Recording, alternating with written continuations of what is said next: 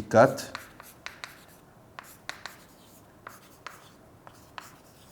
Autre roche résiduelle, la bauxite.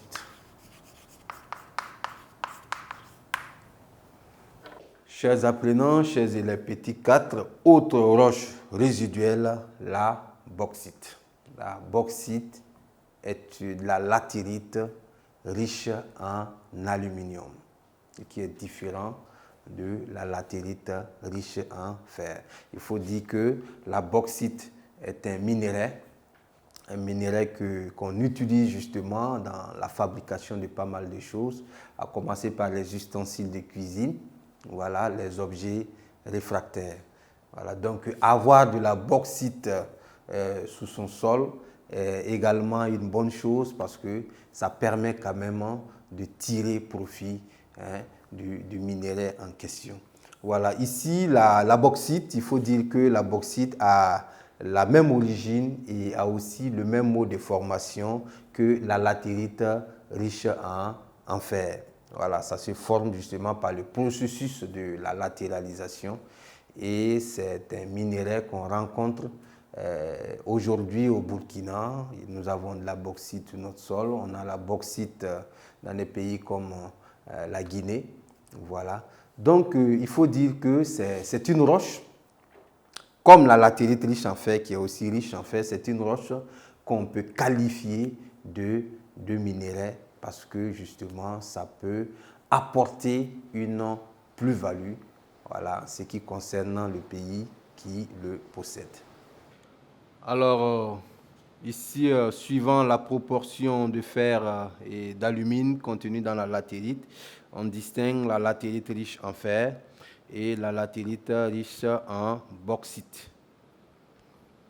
Suivant la proportion, je reprends, suivant la proportion de fer et d'alumine contenue dans la latérite, on distingue la latérite riche en fer et la latérite riche en alumine, encore appelée bauxite. La bauxite se forme aussi par la latéralisation, voilà, c'est le même processus de formation que la latérite riche en fer. Elle a une couleur blanche et parfois rose, elle est compacte et contient souvent des fossiles. C'est un minerai d'aluminium, voilà, on rencontre des gisements en Guinée, au Mali, au Burkina Faso. Chers apprenants, chers élèves, nous voici au terme justement du petit 4. Nous allons ensemble aborder le tout dernier point de cette partie, l'utilité de la latérite.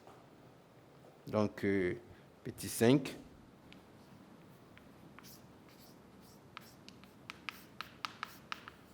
Utilité. Bien, donc en ce qui concerne l'utilité, on va faire la part des choses. Premièrement, on va parler de l'utilité de la latérite riche en fer. Comme on le disait tantôt, dans la latérite riche en fer, nous avons du fer. Et le fer, naturellement, on l'utilise pour beaucoup de choses, surtout dans la construction.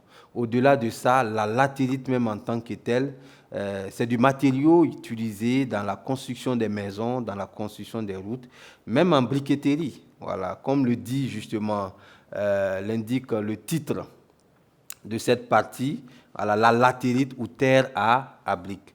Voilà, dans certaines régions de notre pays, on utilise justement la latérite pour la construction. On taille la latérite sous forme de briques et on construit justement des maisons. Voilà. En ce qui concerne la bauxite, voilà, la bauxite est riche en aluminium. Voilà, l'aluminium est un minerai utilisé dans la fabrication de pas mal de choses, à commencer par les ustensiles de cuisine. Il y a aussi les tôles, les tôles pour les maisons. Il y a aussi la fabrication des voitures. Voilà, l'aluminium intervient. Et pour beaucoup d'objets réfractaires, la fabrication de pas mal d'objets réfractaires. Pour dire que c'est un minerai qui a assez d'utilité pour les hommes que nous sommes.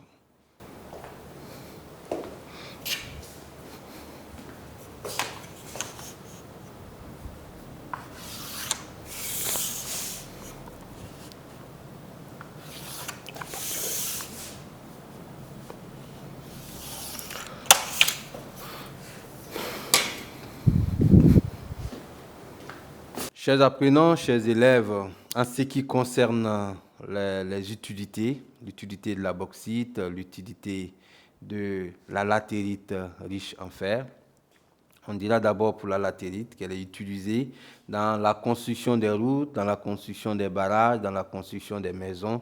Elle est aussi utilisée comme minerai de fer. Voilà.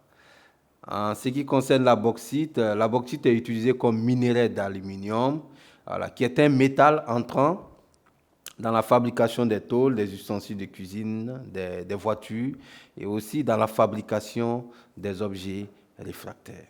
Chers apprenants, chers élèves, nous voici au terme de cette partie, la partie B, l'étude des roches résiduelles, et ce qui met également fin à ce chapitre, le chapitre 2 sur les roches exogènes.